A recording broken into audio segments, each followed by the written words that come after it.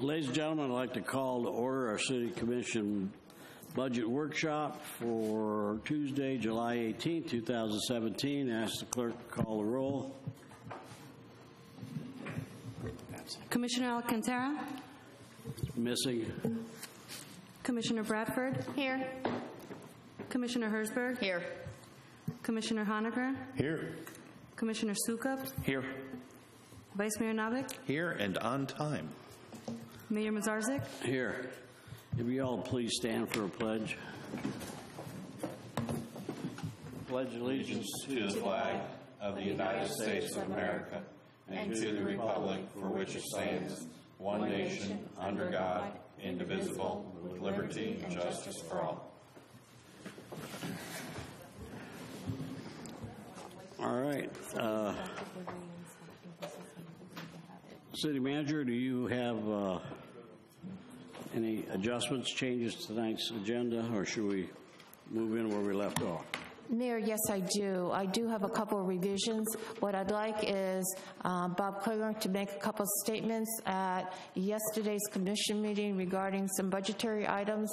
There were some incorrect statements that were made that we'd like to clarify. Plus, I'd like to put IT as the next department in front of planning due to some issues in regards to Steve having to leave the meeting, if that's all right. And then we'll proceed according to the binder in the appropriate order. What's the tab number?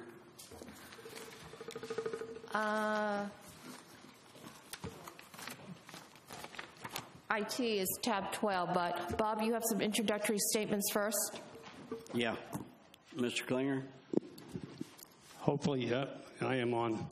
We had a gentleman that spoke last night, and he had asked for some clarification, so I thought I would try and provide some of that, because I think he had a number of things wrong that I think we need to straighten out.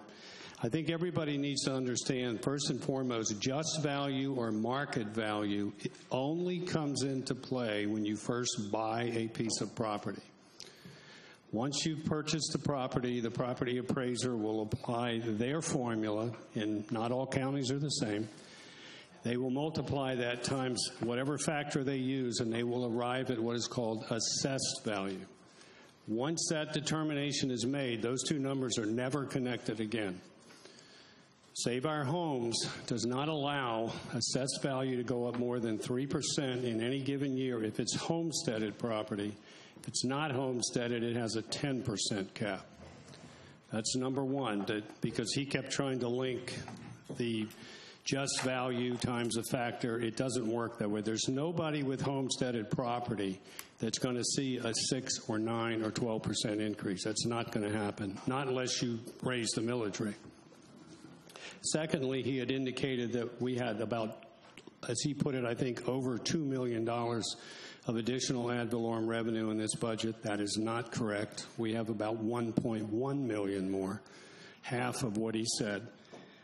And third and foremost, he sort of implied, because the sales prices are, quote, back to pre-crash levels, that we have somehow almost recovered. Nothing could be further from the truth. I think everybody needs to understand that the taxable value in the city of Deltona in 2017 has finally reached what it was 13 years ago. We are on par with 2004. Now, a question may arise, what did the budget look like 13 years ago? Well, if you look at the budget in the general fund 13 years ago, you will find that public safety was $9.2 million a year less than it is now, and you will find that the rest of the general fund is $5 million a year less. The general fund budget today is $14.2 million higher than it was 13 years ago. That's called inflation. That's the real world. And just so you know, law enforcement over that period has averaged, the average annual increase is about 4.5%. And the governmental piece has averaged about 2.7% a year over a 13-year period, very much in line with inflation. That's the real world. I would also like to point out that the peak year was 2007 in taxable value, which, catch this number, $1.7 billion higher than it is today. If the two components, homesteaded and non-homesteaded, increase in the future, the maximum allowable, I estimate it will take another 13 years for taxable value to reach where it was in 2007. That means in 2030, we will be back where we were in 2007, and it will have taken us 23 years to recover that lost taxable value. Does that take into consideration the considered legislation? Yes. It does. Yes. That's to save our homes. Yes. It's, in other words, if the homesteaded piece grows at 3% every year, the rest of it grows at 10% every year, which I think is pretty optimistic. But if it does, it's going to take 13 more years. You want to take a guess what the budget's going to look like in 13 years? That's the real world. The overall weighted average increase over that 13-year period was 3.5% a year. 3.5% will add $1.3 million to your budget each and every year going forward. And that's normal. Okay. So we haven't caught up. I don't know that he meant to imply that, but we need to, let's not get a false sense of security here. We're nowhere close. Okay. Another thing. Do you have any update on the current legislation with the additional homestead, where that's at? I'm assuming it'll pass, and that was factored into my calculations. Okay.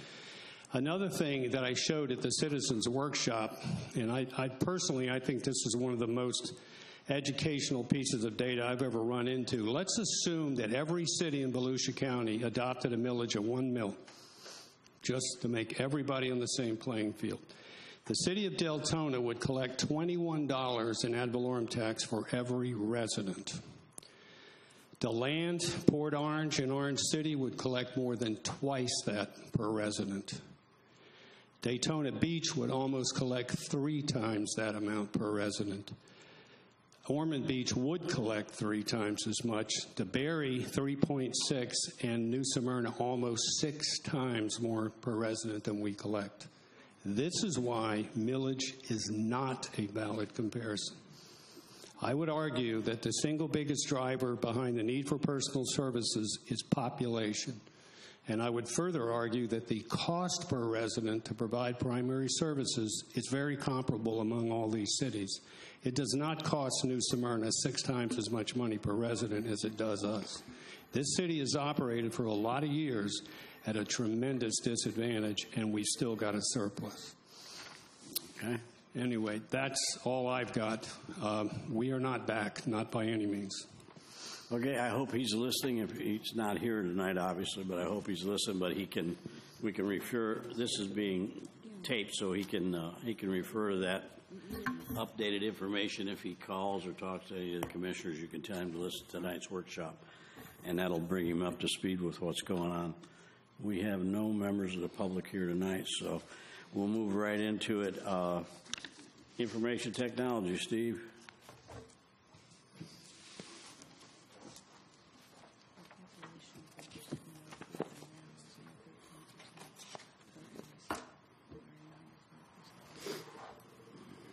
Mayor, are there any questions? Well, I didn't know if he had an open comment. There's no adjustments or changes to anything in here? Okay, commissioners, anybody got a question? Commissioner Alcantara. What would it take to change the email retention from 3 years to 7 years? Policy. What would the cost be? Would there be any cost associated with that? There would be an associated cost with it because we'd have to store the data for longer. Probably in the range, it would be close to 6 figures. 6 figures? Yeah. Like what? About $100,000. Grand. The normal storage that we normally buy is the size box we buy is about $60,000. Is that a one-time thing or? It would be recurring probably email grows exponentially. So again, as we add those extra 4 years on, every year, 1 year would drop off, but the additional volume may cause us to go a little over. We may have to buy 2 or 3 more storage devices, depending upon the volume of email that we get. So it's $100,000 per storage device, or what do you? It's about $60,000 per storage device, but I'm thinking we'll have to upsize if we're gonna grab, if we're gonna go to 7. And is that fee every year $60,000 or? No, it would be staggered throughout, probably every third year. Because again, we'd be starting from here and going, because we can't go back. So we'd have our 3 years here, and then we'd just be adding the next 4 without deleting them. So we'd be basically doubling our storage database. That's the only option available to? It has to be stored somewhere. And there's a cost no matter what. If you put it up in the cloud or if you bring it in-house, there's a cost. I was just asking because I was doing some historical research into former city managers' emails, and I couldn't find anything before 3 years, so Right. I hit a wall, but thank you for the information. Yes, sir. I have a question on that. Would it also involve, I'm sorry. Well, go ahead, I guess. It's the same thing. That's not a budgeted item. It's just a question he has. And that would that involve changing the software? Because the current search software we have only goes so many years that you can search for. No, that would be just setting up a parameter in the software. The only thing that would be needed basically is a policy change. And cost. And then the additional cost, where again, we could incrementally space it out because I'd have time to plan it because it's future growth, not past. All right. Would you take your name down, sir? Commissioner Hertzberg? Thank you, Mayor. So I just have a couple of questions across the board on the budget. There's a total of 8 employees in IT. Yes, ma'am. So, and are they all full-time or? 2 are hourly, the help desk. So Everyone's full-time, but every 6 are salary, 2 are hourly. Okay, so looking at some other IT budgets, our budget is on par with the city of Port Orange dollar-wise, and they've got like 12 employees. Yeah. And the salaries are pretty much on par for 12 employees compared to our 8. And looking at some numbers across the board for our IT, we have the lowest, or should I say the most IT people per employee. Like, in other words, we have, aside from, I don't know if I'm explaining myself right, we have, like, instead of one IT employee for like 20 people, we have like one employee for like 5 people. For one IT employee for every 5 city employees. That's not the right ratio, but that's what I'm trying to say. So I guess I was just kind of questioning why our budget is so high and we have like less employees, but we have an equivalent budget to the city of Port Orange. And I'm also looking at some of the costs on software and everything.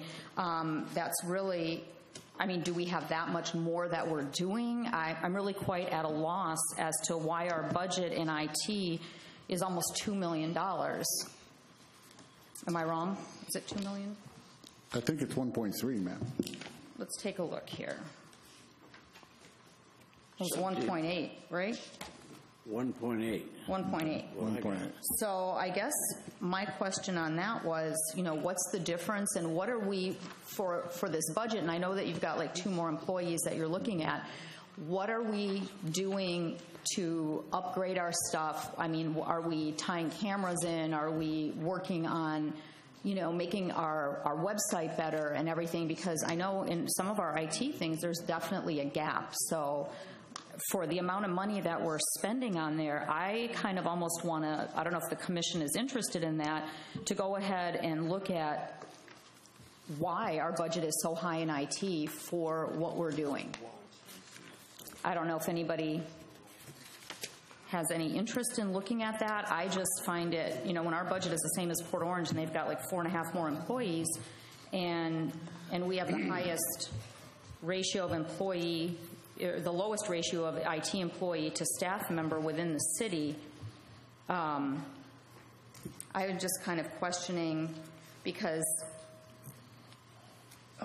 I just don't understand that, I guess. So does anybody One have of the any? things, if you look at the goals of expanding the fiber network, is $310,000 itself, and we need to expand the fiber network. Right, I understand that, but that still doesn't come down to a personnel cost. And employees are you putting down for us? 8. There's 8 employees. No. Total employees. I mean, so you're doing 8 times our residents or 8 times our... No. Our employees within the city. I have to look at my notes here. It's How many? 300. Yeah, but you said 1 to 5. No, it's not 1 to 5. It's exactly. 40. Let me try to. Now, I'm questioning those numbers because... We have 1 IT employee for every 41 city employees. Yeah, but how many city employees do we have? Let's see. What's our total city employee? 300. 320. Is it 320? Yeah. I can't find. Remember, 2 of his guys are the help desk down. They count people down there. But still, if you look at, I'm not sure what other cities have in terms of help desk. I'm just looking at the only city that's under us is Port Orange, and they have the same budget we do. I mean, Ormond Beach has 6 employees. That's 1 employee per every 58 city employees. Daytona Beach has 9. They have 1 IT employee for every 98. And DeLand has 1 employee for every 142 city employees. So I'm just kind of asking in general, why is that employee cost so high? And if we have 2 more employees that are added on here, that's going to be another $100,000 per employee is kind of what you're looking at when you're looking at your average wages here as well. So those are just my questions in this particular department.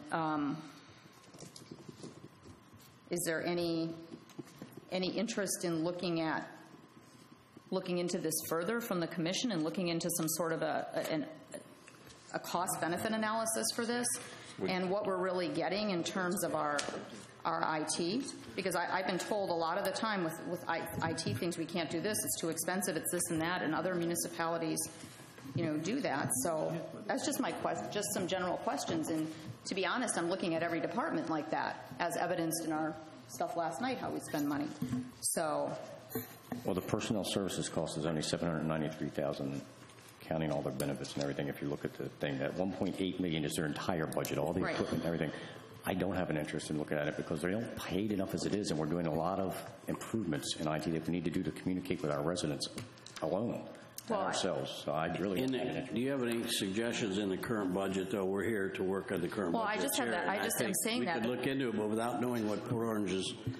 I can just tell you that Port Orange's personnel budget is $833,000 for fiscal year 16. But we don't know what their job titles, job duties are. But I'm just saying there's 12 employees and we have 8. That's all I'm asking. That's just, and if there's no interest in it, that's fine. I have interest in it. I don't know if we're going to go down the board or what. I'm going down the board. I just wanted to wipe that issue down. Okay, thank you, Mayor. That's her question. All right, Vice Mayor. Yeah. What are these extra 2 people going to provide, and how is it going to be? How's it going to be measurable? How do you intend to measure the value of these folks? Because I have told the manager, maybe it didn't get passed down, when we're looking at increases in personnel, I want to know what they're going to do, what the benchmark is going to be for their success, how you're going to measure it, and when you're going to tell us that, where we're at on that benchmark. What's not getting done that we need 2 people for, I guess, is what you're really asking. Well, you're asking for 2 people. What are they going to do, and how are you going to measure their effectiveness to justify the positions? I've asked for 2 people to basically be able to backfill the 2 that I got last year. Last year was the first year we got an applications analyst. All right. Industry standards say that you should have 4 applications per analyst. Currently, our application analyst is handling 17 applications, individual separate applications. Okay, we asked for a network analyst last year. We got a network analyst. Again, the industry standard says 36 devices per person. Johnny was running 67. You have to patch those. You have to constantly monitor those. You have to be able to work with those. You have to be able to keep up with the work. And also, we have to be able to document what we're doing. So we've been behind staff-wise for my tenure here, for the 9 years that I've been here. If you look at the size of what we're doing, we now have grown from 4 modules in Munis to 14 modules in Munis. That has also come at a cost. If you notice, that's probably the biggest cost in my budget is maintenance of software. Okay, and don't we make each of the departments pay? Yes. For that, so that's in their budget. No, it's in my budget, but gets counted back to them. But you're charging it. Right, it gets charged back to them, but I'm the one that it shows up in. That's why you see the $1.8 million. But here's what my suggestion would be. My suggestion would be to have the manager look at the other cities and what they're doing. If these are industry standards and they have less personnel in those cities and they're operating, maybe we should look at what the other cities are doing, what we could do differently for some cost-cutting factors. I'm concerned about the fact that all of the comments from the audit this year were regarding the IT department, where we got gigged in the audit. And really my suggestion at this point, manager, would be to look at outsourcing this, get some competitive prices, outsource this, and see if there's a total package that would encompass personnel and the services and helping to maintain the industry standards, because I don't understand why these other cities are able to do what they're doing and maintain their IT departments with less folks than we're getting. Every department in this city has come under cuts in the last 5 to 7 years, and they've all managed to get the job done. But we're hearing here this is a justification is industry standards. Industry standards in all the departments we have aren't met when it comes to personnel, so that's not really justification in my book. So let's get some comparison, either private sector comparison and or what some of the other cities are doing. Thank you, Mayor. All right. Again, I hate to do this, but we're here tonight to talk about the budget in general, and I know these things are important, but we have to get this budget approved to move forward. So I hope we can concentrate on the budget. Well, I'm not willing to continue to spend a lot of money. That's what I need. I'm not willing to continue to spend a lot of money and give them additional personnel when the justification that I'm hearing is just industry standards. If that's the case, we can argue that in every department. I want to see what other cities are doing to help justify what is in here. I don't favor the increases that are in IT's budget. Okay. All right. Commissioner Alcantara? Directed to Commissioner Herzberg, would you like to see, would you benefit from seeing a list of all the positions they have in that department, what their descriptions, what they're responsible for, how much they get paid? Would that be something you would want to see? For me personally, we've looked at other departments. We're looking at other things. We've done things through parks where we've had an analysis come in and do that. I'd like to see an analysis come in of this particular department. It's $2 million. And, we nitpicked, we went through parks, we found out what we needed, what we didn't need, what was acceptable and what wasn't. We did that through economic development. Why can't we do that through another department? We're going to do a fire service fee assessment, or, a study for something like that is also in there. So why can't we expand upon that and do that for other departments, especially one that's got a $2 million budget? That's just my, and that would, Commissioner, encompass all that. It would encompass the descriptions and the what personnel we have, what we're lacking in, what we need more of or don't, and why the costs are what they are. I don't feel like, we've done it to other departments, up one side and down the other, and asked for a cost-benefit analysis in every which way. Thank you, Mayor. Thank you.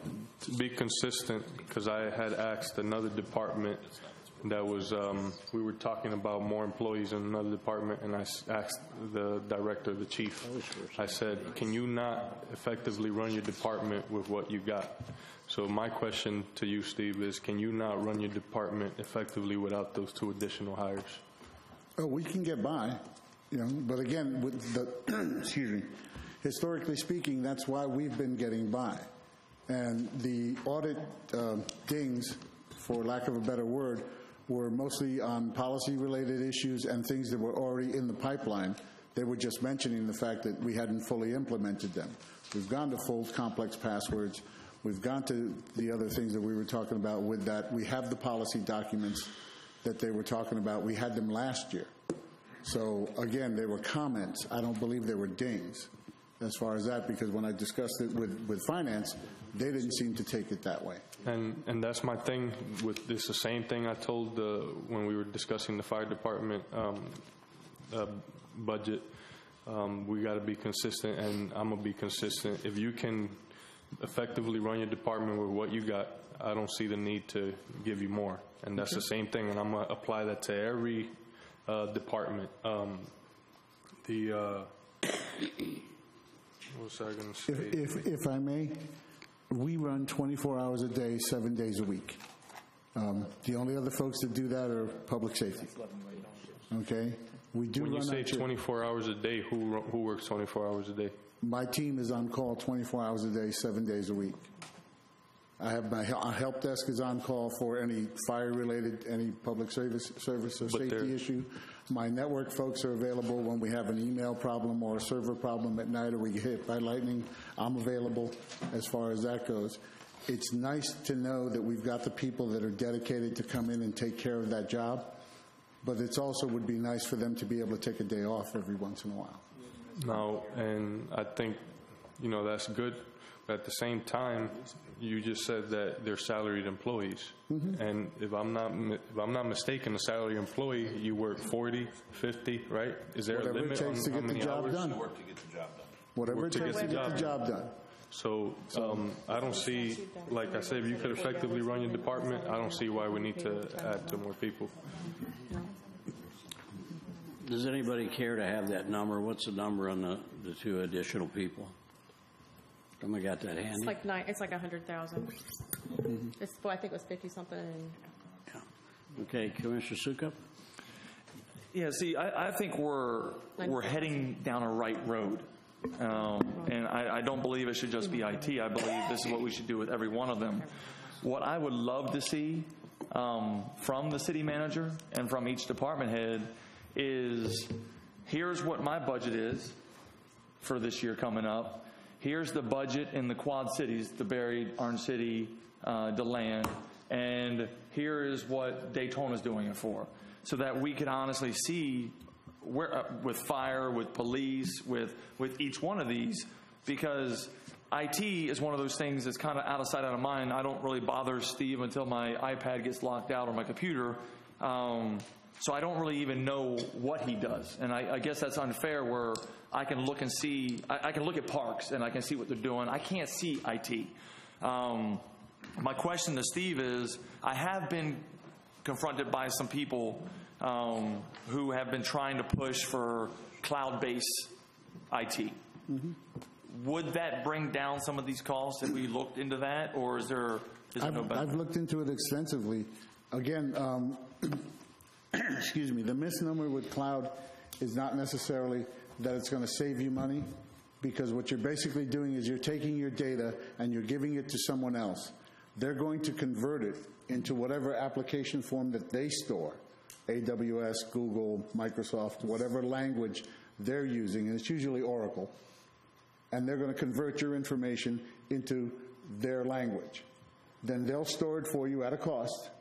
I said, but if you read most service level agreements, unless you're IBM or somebody else, if something happens, they're not responsible for returning your data. And if you decide to get out of the contract, you then have to pay to have your data converted back into your native language, whether it's SQL or whatever, from whatever they converted it to. So a lot of people have said, yeah, they've gotten, the early adopters got burnt a lot of times, because when they tried to get out of the deals, it cost them double what it is. Now, if we're just looking for cheap storage, if we're just looking for warehousing and email retention to 7 years, we can go to 365. There are several avenues available. Microsoft Office and things that we can do with email that would be advantageous for us to do things like that. But again, if you really look at the cloud, we're not a development team. We're not a private corporation. We don't have to spin up servers to run a project or to run a team for a couple days, a couple weeks, a couple months. We're pretty much static. We're a warehouse. Every day we get a ton of stuff in, and we've got to figure out where to keep it spinning. The clerk's got to figure out how to find it. I've got to figure out how to store it. Finance has got to figure out how to use it. That's pretty much the way a government operates. Well, and once again, like I said, I don't get a lot of complaints in this department because this is more of an internal thing, and until my laptop goes down, I don't know or understand even what you guys do. But I agree with everybody else. I'm one favoring trying to lower millage rates and trying to, control spending. So, I would hope that we're looking not just at IT. I want to look at parks, fire, police. I like to look at all of them, analyze it, and just make sure we're maximizing every dollar. So, am I the only one that would like to see what others are? I mean, Heidi just brought up a good point. Now, Port Orange, I don't know if they're even very similar to us. I would say a Deltona on that side, but I would love to know what even DeLand is budgeting, and then we can compare and see what we're getting, how many employees we're getting. To me, I don't even know what they do. Like I said, I can only imagine what they do. I have no experience, so I would love to see. When it comes to fire, I would like to know what other people are paying for fire. When it comes to police, I'd like to know what they're paying for police. I would like to see every department head compile hey, here's what all the cities around us are billing. Here's what we're giving them.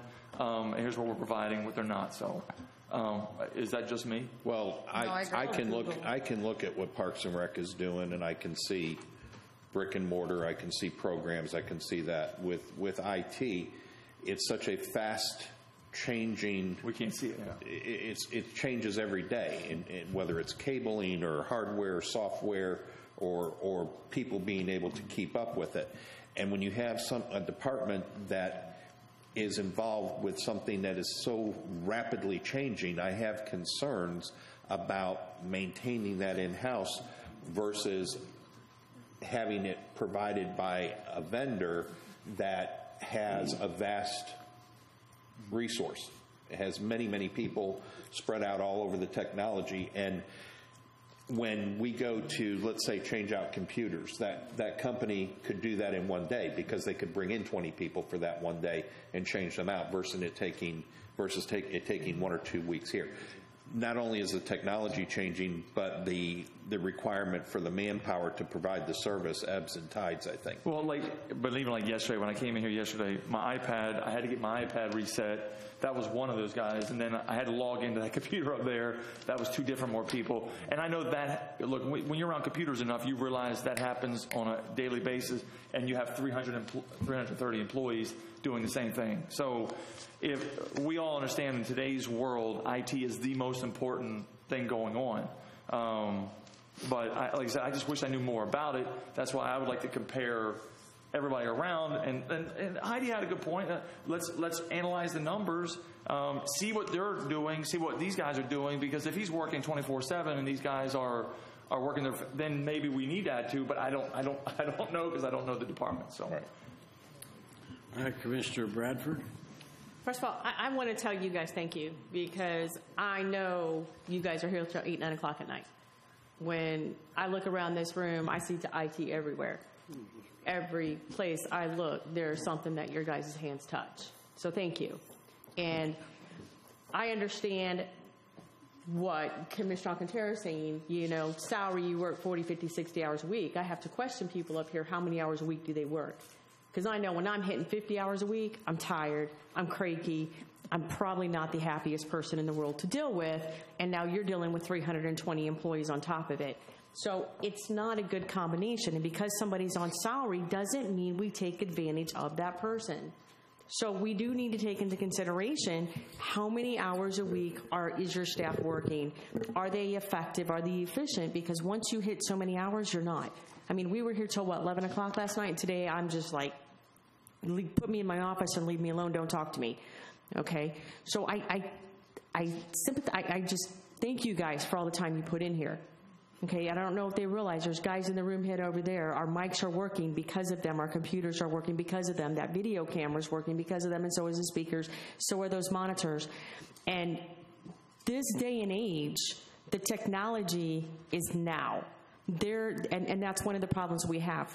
It's not like the old days where we used to go and research and do things and we took our time. If we don't pull something up on the computer, on our smartphone, or have it actively accessible to us, oh my gosh, life's coming to an end. So I do not agree with making staff work, and we need to have this across the line. We need to have a thing that says, hey, over XYZ hours a week, we need to be respectful. It's not just of that person. You're taking that person away from his family. So imagine working 60 hours a week and not seeing your wife, and when you do see her, you're in bed sleeping because you're so tired. So I think we need to be a little respectful of employees' families at the same time. It's not just about money, guys. It's about life, quality of life, enjoying it, and our residents as well. So, I mean, if you're saying your guys are working how many hours a week on average? I mean, I know I've walked by, 8, 9 o'clock, you guys are up there waiting on people to go because you can't go. And how many hours on the average are they working? We average anywhere between 45 and 55 hours a week. Yeah. Okay. Easily. And Lee, everybody else, are they the same 40, 50 hours a week? Yeah. Do you have anybody working over 50 hours? I don't. Lee, the PIO's office is separate from That's right. Okay, I'm sorry. So we work in conjunction with each other. So. Your hours are an average of 45 to 50 hours a week. Is anybody averaging over that 50 hours a week? Yeah, frequently. Robert does. I do. Again, it's the workload. You know what I mean? It's till the job is done. If you get started working on an application, we just did the phone upgrade for both City Hall and Deltona Water. That was a 4.5-month project. I mean, literally round the clock. 4.5 months, because we had to take the log files, convert everything over, make sure that everything worked for the IVR system, so when people called in, they could get their records, they could make their payments, make sure the Spanish recordings came online, make sure that all historical data got moved over, make sure that everything worked, because we had one system, and we basically went 3 generations ahead to where we had to. And so we had to make sure that everything that worked before worked then. There were licensing issues, there were just software problems, everything that comes along with problems and with something of that size. And yet we stay on it. And even though you go home, you're still logging in on the computer and checking that the job is running, or talking to the vendor, or taking a phone call from fire because they can't log in, or getting a phone call from someone who's trying to work remotely and their MiFi is not working.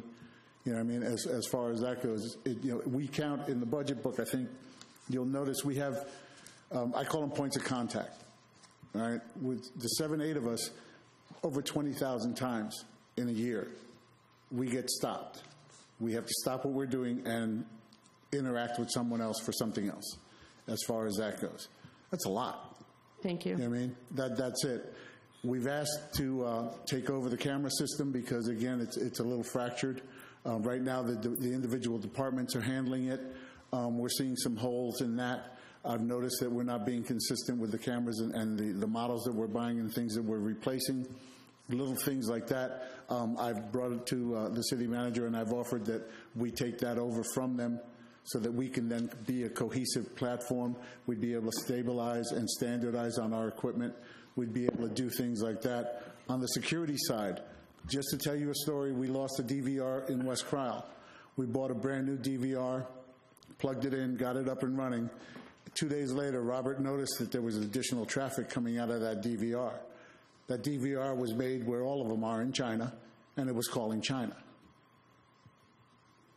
Something as simple, you would think, as a DVR. And yet something that simple was, as soon as it was plugged in, the programming in that machine recognized that it was on a network, walked around the network, tried to call out, and called home to China. So we had to sit down and start blocking things like that. When you realize that those are the types of threats that we have every day, besides people clicking on, the Nigerian prince, or somebody coming in with their zip drive with pictures off of Facebook or anything else that could compromise the network. That's where we have, that's a constant threat. That's something that's 24 hours a day, 7 days a week, 365 days a year, because they only have to be right once. I have to be right every day. And that's why I feel it's pretty important that they have the adequate staff that's necessary. I mean, I don't have a problem with the 2 additional people, because at this point, we got to make sure we're protected. We have confidential information and confidential files, so I don't have a problem with the 2 additional. And so does every other city in Commissioner Volusia County. Hertzberg? You didn't. Commissioner Honaker, go ahead now. Thank you, Mayor. I guess I had the benefit of working here as an employee up there and watching IT, the hours they put in, and the personnel that they're almost lost, but due to his leadership they kept. We have people like Robert, and I call him Johnny Five, that have a world of knowledge, but you can only work them hard so long, and he can only keep them here so long without other employees to come and help them do their job. And to say that they're salaried employees and they work until the job is done, that only goes so far. That's not what salaried employees mean. You work every night until the job is done. It means you're there in case, but not all the time. And for them, it's all the time. And for a director to say, I need 2 more people on a city our size with 320 people, and then to compare them to other cities, no. But I agree with the vice mayor. When you're asking for new people, you could give a list of, these are the duties they're going to be doing. But to send staff out and spend hours and hours, days and weeks collecting data on other cities to compare to their budget to ours when we're doing things they're not doing. We're looking at retention, attrition, and getting the job done with the right amount of people, and they've never had the right amount of people since I've been here. When I worked here, they never had the right amount of people. And we've kept people like Johnny Five and Robert because of his leadership and his counseling to telling them better days are coming. Well, sometime the better days got to get here. The economy's coming up. Let's get better time here and give them this to employees. But yes, position and duties. You need to be able to brief any of the directors. You're asking for new positions. You need to be able to brief, and this is the duties they're going to be doing. So, but I just think we should just move on with this. And the last thing, can we please, I'd like the mayor to say, can we please stay on point with this, because this IT section took this long. We're never going to finish this budget talk. Thank you. My apologies for saying that, but it is fact. All right, thank you. The general discussion has been on the recommendation to... I have my name on it. You don't have your name on this board. I had it up there. I had a request to speak All up right, there the go ahead, entire ma'am. time. So I just want to say two quick comments. Steve, what is, when I look at the, what is Barracuda Cloud Offsite Backup? Barracuda, that's a software program. And that backs you up, that's cloud backup? Yes.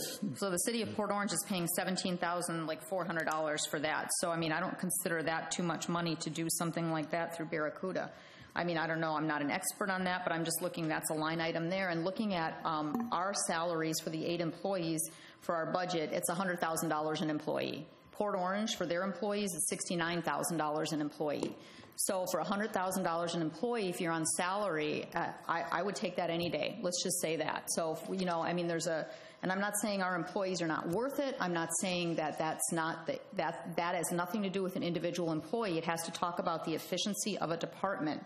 And when you're looking at 8 employees with an average salary of $100,000, then under their personnel cost here, and Port Orange has the same budget we do with $69,000 as an average, maybe we do need some sort of a cost comparison on what is it that we're doing that they're not, or is there a way to outsource parts of what we're doing? And maybe not, but I think it's worth an analysis. We've done it on all other departments, and just to state the fact, we are down over 100 plus employees since the recession, so every department. Parks doesn't have enough, IT doesn't have enough according to them, building doesn't have enough, every department is down. In our own commission department, and Commissioner Honaker knows this full well, we're down 1 full person from when I started to help just in that department, and Sandy's overworked. So that argument for me is across the board, and that doesn't go particularly to any department. Thank you, Mayor. All right. Is there a will of this commission to strike the 2 employees, or do we go with the IT budget as stated? I'm good with it. I'm good with what? All right, that's 4. Thank you, Steve. Mayor, I did not recommend those 2 positions. They're not in the budget. They're not in the budget. I put them on hold. I understand. That's what I'm waiting for here. I'm going to recommend that those positions stay on hold until we do some sort of a cost-benefit analysis in that department. Because if that's going to be the case, I guess then... maybe I didn't state it clear enough. They're not in the budget currently. That was a request by him. The budget, we're staying with the budget as stands until the cost analysis is done and we find out justification for the 2 employees. But I'm always going to go back to, I'm sorry, Chris. Go ahead. I'm just always going to say, I would be more likely to put 2 people in IT than an assistant city manager. So, and that's in the budget. So that's what we need to figure out. That's the argument is, I would say, hey, listen, guys, this is IT. That's a department head, an award-winning department head. He says, look, we need 2. We all can do look, let's crunch some numbers, but I say we give them before we give an assistant city manager. Well, we haven't got to that yet, but I understand it, but And I disagree. I want an assistant city manager. I'm going to try to, I've done a lot of these. We got to work through the budget that was presented to us, and we can't pick and choose here. Finance has got no way of moving these numbers.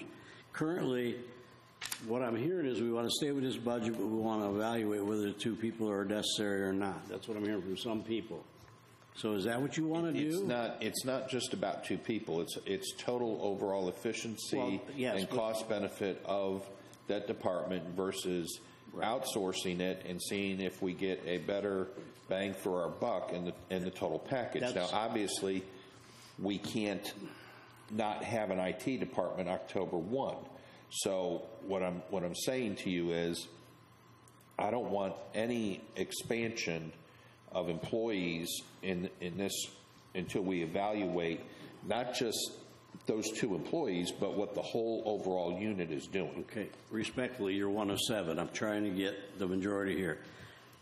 We're good with going with the department, with the budget as presented by our manager, and then we're going to evaluate the IT department and in relation to other IT departments and whether it needs to have the additional people or staff or whatever you want.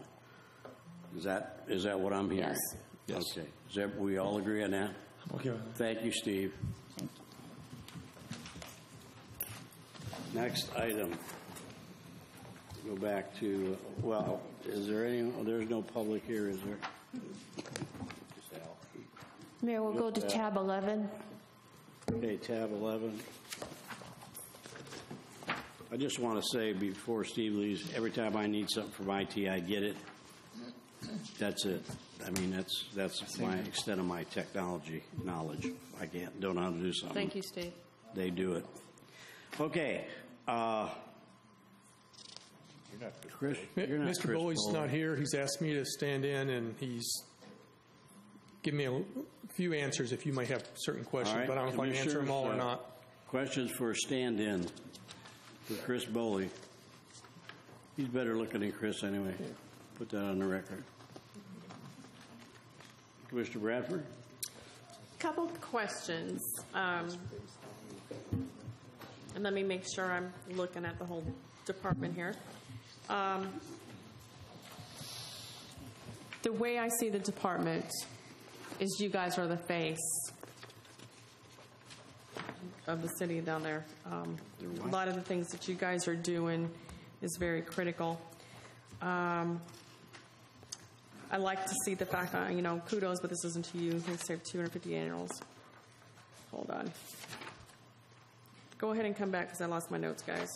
I flipped a page. That's probably good. I probably couldn't Vice answer Mayor that. Knopf? Yeah, that's good for you right now. I'm up? Yeah, you're up. Okay, I totally disagree with moving Scott McGrath over to working with Jerry Mays and making that transition. He has no experience in that field. Scott has done a tremendous job where he's at. And Jesus.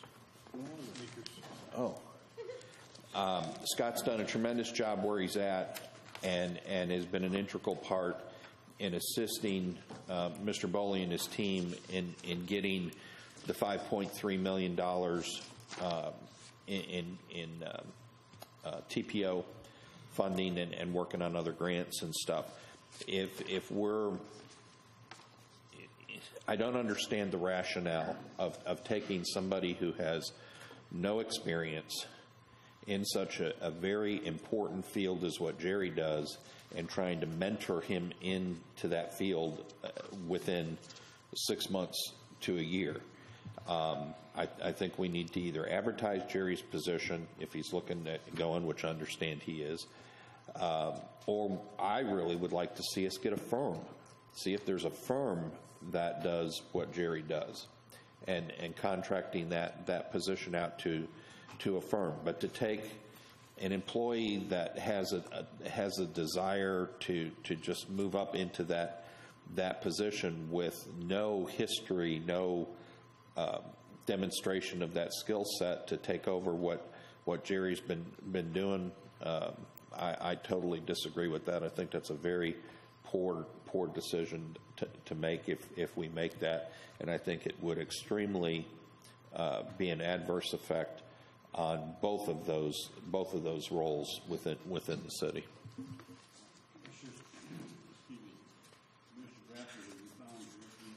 Well, that was one of my questions, because I was actually wanting to know what it would take to bid that. I mean, not that I have anything against Scott, but I think Jerry's got some pretty big shoes there to fill, and I would love to see that go out to bid. And I know that's probably going to change the cost in this budget for what we're bringing a person in for.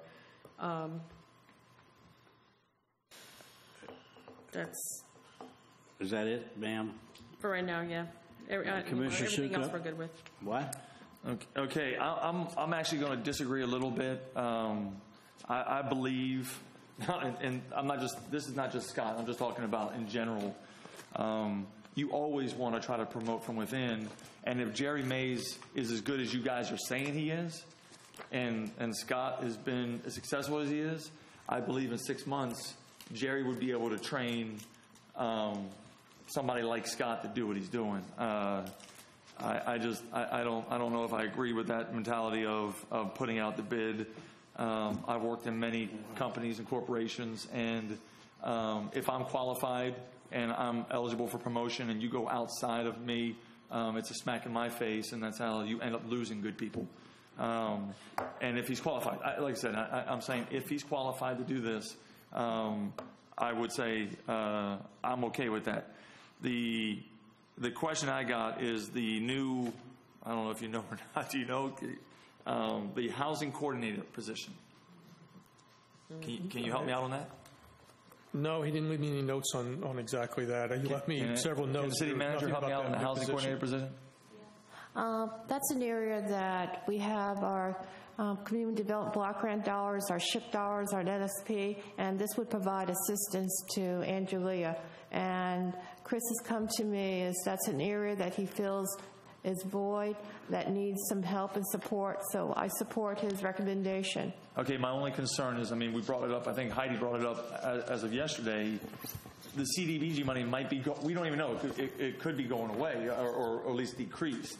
So wouldn't it be better to hold off on that position to see what happens in that type of deal? I think I know the line you're on. If this will help any CDBG money, though, pays for that position, so to speak. So if CDBG money went away, the position would have to go away because we wouldn't have the money to need the housing coordinator. Right.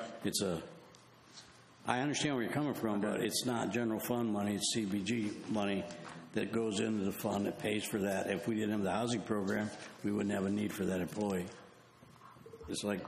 Also, this year, we received the largest allocation we ever received. So there is a lot of work that needs to be done, and it's been a successful program. So that's why I'm recommending that we provide this additional staff person. Well, and after last night, I would say we probably need some more people looking into the CDBG money, because if we're awarding people who you can't even find, that maybe... Well, we did find that person. I mean, if we gave it to an AAU team. But, I mean, back to the Scott, I mean, that's what I said. If Jerry believes that guy is qualified, and if you don't believe Jerry can train him, then Jerry's not as good as you say he is. So that's all I'm saying. Thank you. Well, can I clarify? When I say out to bid, I believe that we also, let me rephrase, it's not just out to bid. We're taking upon ourselves to choose employees. I mean, there may be, out of 320, let's say, employees here and staff, like you said, how do you know if there's not somebody that's going to school for economic development on the side? I mean, we're just saying, okay, here's a person, let's throw him in. We're not giving our internal staff or anybody outside the opportunity to come in and bid for a position that is specifically going to school for economic development and growth. Well, you're saying bid. You're saying go out there bid. I mean, open Yeah, it so up, I mean, we open it need to outside allow, of we need to allow Not a bid. everybody. My concern is, Jerry's been a one-man band for a long time. We have all been critical of not getting the economic development here and moving as quickly as we want to. And I think some of that is our responsibility because we've handcuffed Jerry by not giving him additional staff. And I think if we had a firm that had expertise in medical field, in manufacturing, in the movie industry, in whatever we would be looking for in economic development, I think those contacts and the outreach of somebody that does that all over the country and has more resources, I think that would benefit us more than just having one person in-house. And I agree, but I would say we have a firm and we pay good money for a firm. It's called Team Volusia. So we have been paying, and if Team Volusia, who we've paid over $500,000 or whatever it is in the last 7 years, and they haven't been able to bring, how can I hold Jerry accountable? Something we got to figure out what's going on. And that's what I'm looking at as well, is combining that, looking at maybe we have to move away from Team Volusia, hire a firm that's going to concentrate strictly on Deltona and provide that complete service to Deltona on a daily basis, 5-6 days a week. I still think you need somebody in house. You're going to need a point of contact. Well, part of that, Mayor, please. I'm trying to. This is about the budget. I got it. That's great. I'm glad it's my turn. You're saying the thing is, Commissioner Sukup, you would put that into the RFP or RFQ that somebody would be in house. They would. So they would have to provide somebody. They would provide somebody, just like if we contract with a city attorney. The attorney's here. They have somebody here for meetings. They have somebody here to go to court. They have somebody here to work with staff on a daily basis. I'm saying look at it, see if it's cost effective, see if there's a bigger bang for the buck. And just remember the same thing. Remember we said the same thing about the grants. And I haven't seen too many grants come by from the outside source. So it's reduced. So that's all I'm saying is it's always nice to have someone here who has, if you talk to the people from Halifax and the other people who come up here, they will tell you it's the relationship that kept them coming. So I believe it's important to have somebody here who's tied to this community, who's vested in this community. So I understand what you're saying. Thanks. All right, Commissioner Hertzberg. Thank you, Mayor. My comment is on, I'm glad to see that, we've reduced the grant writer, we've reduced that somewhat. It seems that we've done a great job with in-house grant writing, and that's good to know. And concerning Mr. McGrath, my concern with economic development, ladies and gentlemen, is the fact that when you are looking at successful cities that do economic development, you're looking at what they're paying that individual or individuals in an economic development team. One person like Jerry is, for size the city of Deltona, and what we're trying to do is never enough. Team Volusia has helped us tremendously in terms of site selection and contacts and bringing people here.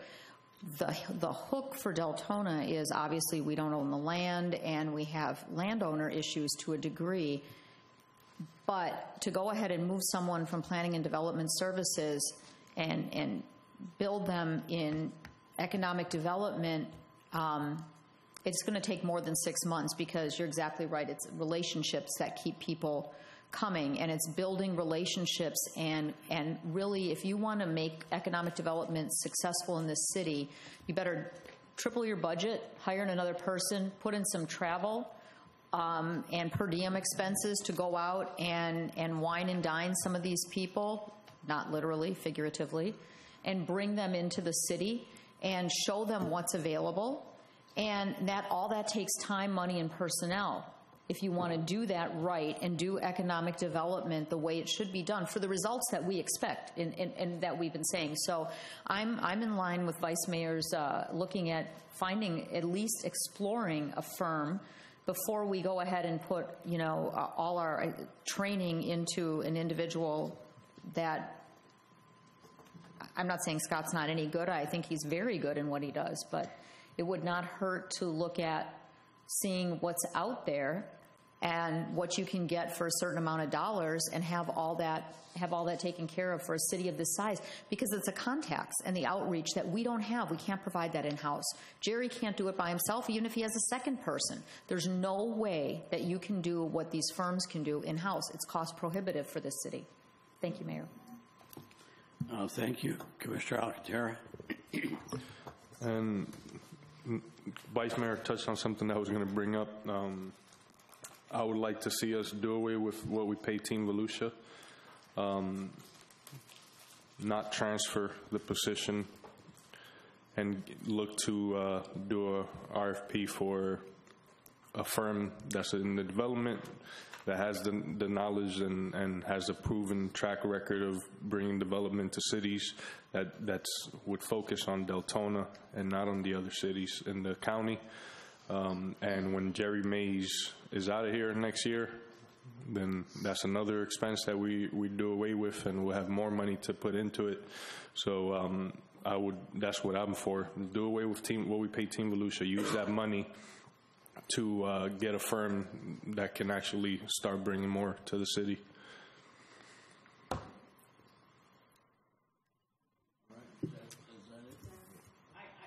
Commissioner Honaker, and then I'll go to you, ma'am. Okay, and I was trying not to interrupt anybody, but we went down a road. If you look at their budget, the planning department's focused on teamwork and succession planning, and when they talk about Scott McGrath helping 50% of the time with Mr. Mays and 50% of the time dedicated to planning department where he's working, and then the cross-training could lead to Mr. McGrath working full-time in economic development pending proper advertising, interviewing, and skill sets. They're just getting him ready to at least be an in-house that can interview for it, so we're not left out there in limbo while we're advertising. We were talking about cross-training somebody. Jerry, when are you planning on bringing somebody on board?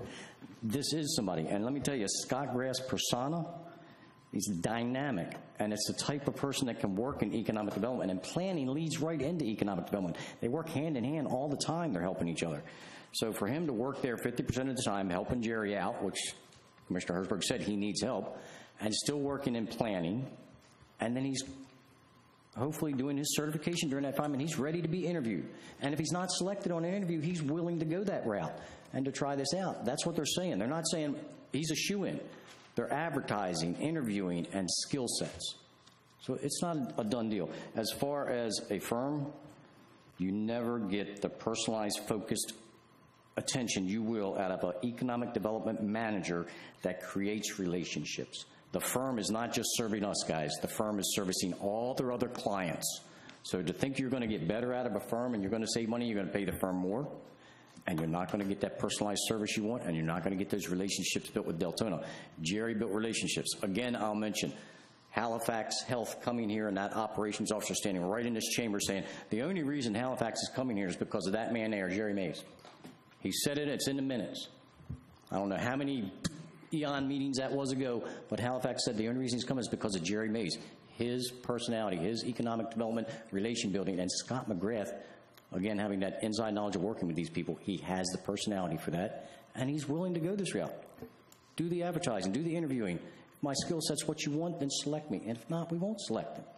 So we went down that road saying, oh, we're not going to, it's not a shoo-in. We're not putting him there. He's helping Jerry 50% of the time. So anyway, thank you. Commissioner Bradford? Yeah, I just, a couple questions, because this is a very important position, and right now we're a giant ready to be awoken, which means that department's going to be extremely busy along with planning and development. So my question is as far as the experience with Mr. McGrath in economic development, I know, Jerry, you're working with him.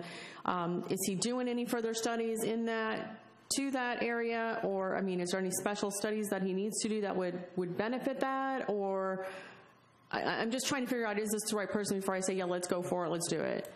I mean, obviously, if you like him, you know, it's great. And like I said, you guys are one of the first faces of our city that the people see, and it's an important department. So let's just, I know, Mayor, you want to move on. I just need to know a little bit of Scott McGrath, if we do move him to replace those shoes that you have. First thing I'd like to address along those lines is I've heard it mentioned 3 times tonight, in 6 months. I'll be here for 14 months, unless you make a decision to change that. Well, let's make it 28. I'm sorry, no, ma'am. Scott's bright. He's meticulous. He has a good personality. Scott can learn the economic development. He realizes there's a learning curve. He and I have had discussions along this line. Keep in mind, too, this position has not been posted. It will be posted internally. There may be numerous staff members who'd want to apply for that position. Right now, Scott is the one who stepped up and said, yeah, I want to do it. He realizes he's not going to make any more money he's making right now, but he wants the adventure. He wants the change. Yeah, Scott can learn it. Okay, so from what I'm hearing, he's doing it 50-50. It's basically not going to increase our budget at all to do status quo. So if we just adopt it the way it is, it's going to be him 50% with you and 50% with them until we post this, and then that new position is added. And for how long are we going to be doing this 50-50? That's my understanding, but I'll refer that to the city manager. For the entire fiscal year 17-18. And then when Jerry leaves, we will post a full-time position. Is that adequate time? Second item, there's nothing wrong with going outside to a firm to run your economic development, other than the fact that firm is looking at its bottom line, not at the city's bottom line. If they are making more money with the city of whatever, then that's who they're going to recruit for mainly.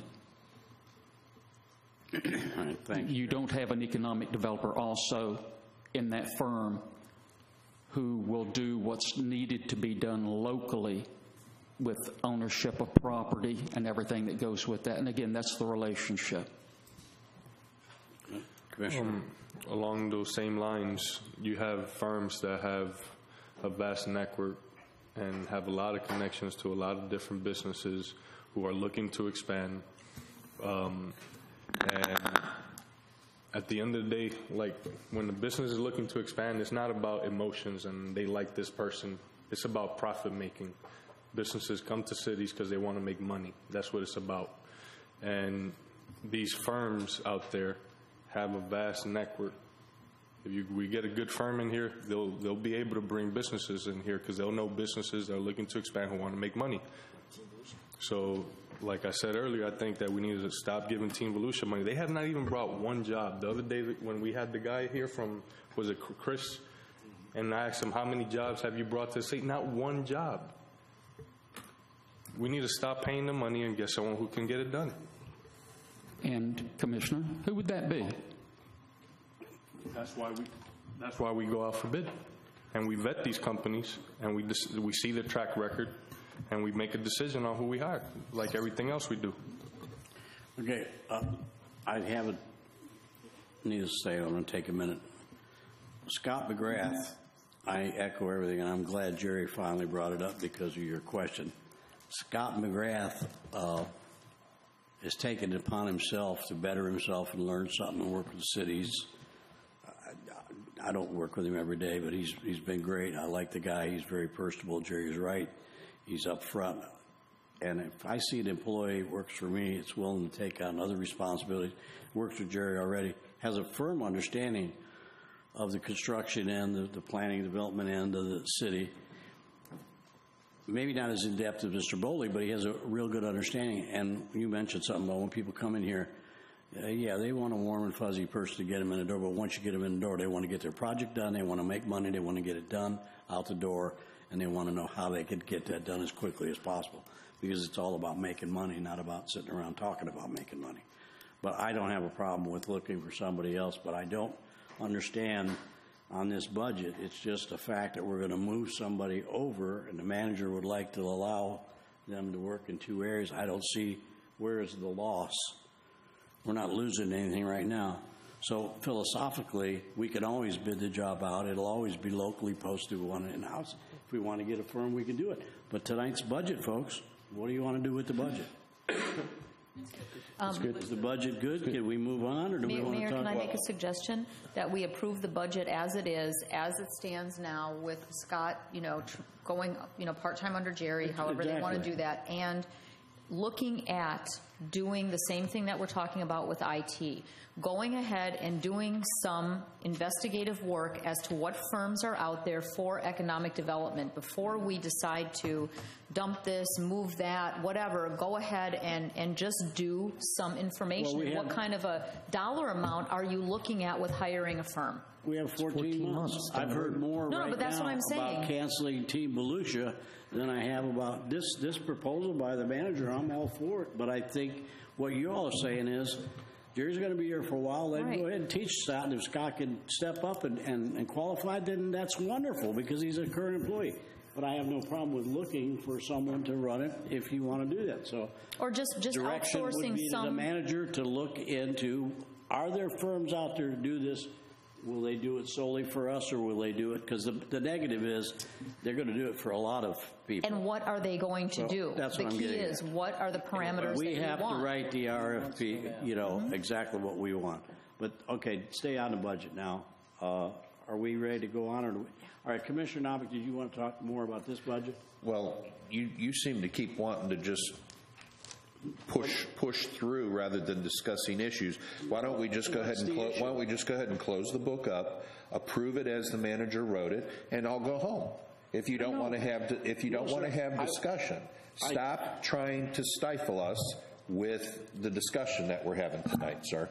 If we need another meeting to get through the rest of this book, then we'll call it. Okay?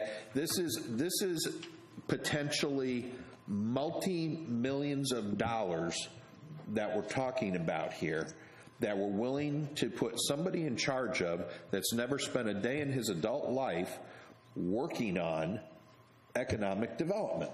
Now, my question to the manager, who apparently is, by the charter, she's in charge of personnel, and she can make these decisions unless we direct her to go out and hire a firm to do this. Who's going to pick up the other 50% of Scott McGrath's current work that he's going to be ignoring to work with Jerry 50% of the time? Or are you telling me there's a 50% decrease in what Scott's doing now in development services, and nobody's going to need to pick up that slack? Ms. Santana. I spoke with Chris Bowley, the director, in regards to the capacity for Scott. Chris mentioned to me, since Lakeshore is wrapping up now, that there is that excess capacity, so planning would not suffer. If I may read you this. I would hope that when this gets put through, because it sounds like there's the will of the commission to do that, but I would hope that we don't have to come back to you in this budget year when a developer comes in and complains that they can't get something put through, that it's taking too long because we don't have the adequate staff to do it. I think we are cutting off our nose to spite our face here. We are looking, and all the indicators are from Mr. Klinger, from Mr. Rowland, everybody else, that development in the city is increasing, both residential and commercial, and the needs to be able to adequately process development orders, to adequately process agreements and permits is going to be stifled if we don't have the personnel to do that. Mr. McGrath is very good at what he does in his current role, has no experience in this role. If we want to elevate him within his existing job function and his role, I have no problem with that. But to go totally outside of what his skill set is makes no sense to me in an area that Mr. Mays has struggled to have success, and he has had success, and it is no slam on Jerry. He's done an excellent job. He's done an excellent job with the tools he's had to work with. It's our fault we haven't provided him more tools in his toolbox. And now we're going to put an untested tool not only into that toolbox, but we're going to then leave it to become the toolbox, and that scares me. I want somebody with experience. When we hired you, I looked for somebody that had a large skill set and had a variety of experiences to draw on to perform the function. He doesn't have that. And I'm saying to go to a firm that has that variety and skill set to work with Jerry over the next 14 months is the direction that we probably should go ahead and go down. And then in the following budget, if we need somebody in Jerry's seat to administer that contract, that would be the appropriate way to go. Thank you, Mayor. Commissioner Hertzberg? Oh, I'm withdrawing. I talked already. I didn't take my name off, sorry. Commissioner Honaker? Thank you, Mayor. And again, a firm is 14 months down the road, but Ms. Santana, if approved as planning manager in his budget, would spend more time in planning-oriented matters rather than also assist the community development section. So they have a planning manager that they're training up, and once she's approved, she would be picking up some of those duties.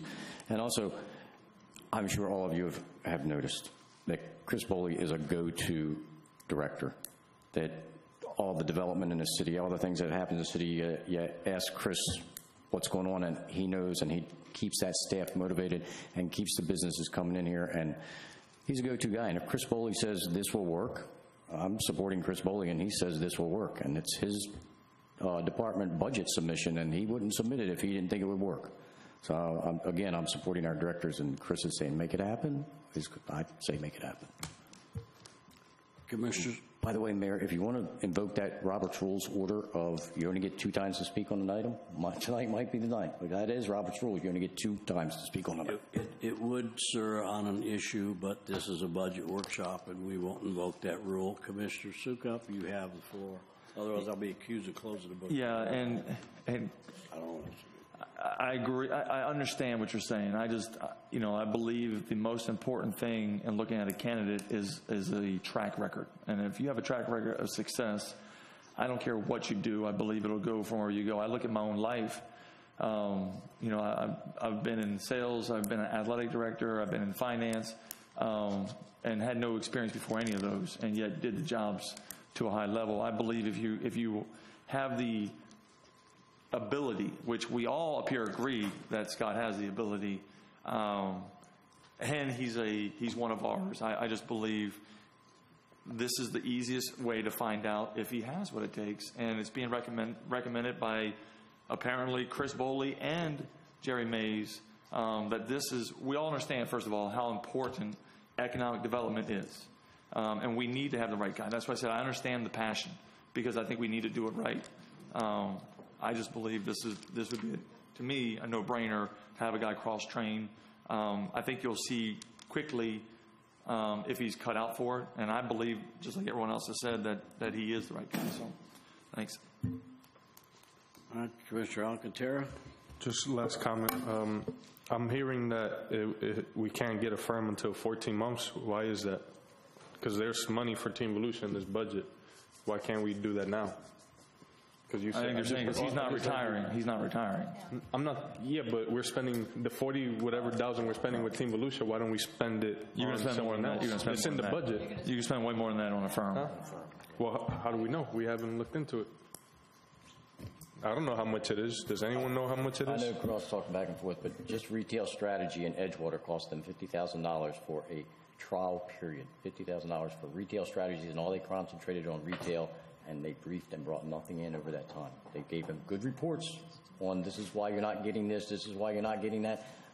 But the time I was there until I left, they brought nothing in, and it was $50,000 just for the little trial period. It's a relationship position. It is a relationship position. Yeah, but if it's more money and it brings us businesses and it brings us revenue. If you ask any city right now what the #1 firm is in the area, they're going to tell you Team Volusia. But what has Team Volusia done for us? So what is it? They're the best firm in Volusia County. You don't have to look in the area. You could look outside the area. But then they don't know what we have or what we have to offer. That's the only thing.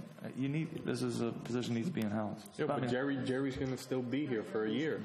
So they'll be working with Jerry, the firm. And that's why I think we need to go explore what is actually out there in terms of firms and what are the options. Do we really just want to have retail? I mean, is that what we're looking at? Are we looking at, I mean, that's a decision this commission needs to make too. What are we looking at for, economic development? What do you want to target? Do you want to target medical? Do you want to target light manufacturing? Jerry's brought up about an industrial area and so forth. I mean, we just can't wing that and spend, like what Commissioner Honecker said, like $50,000 on something. I think we should...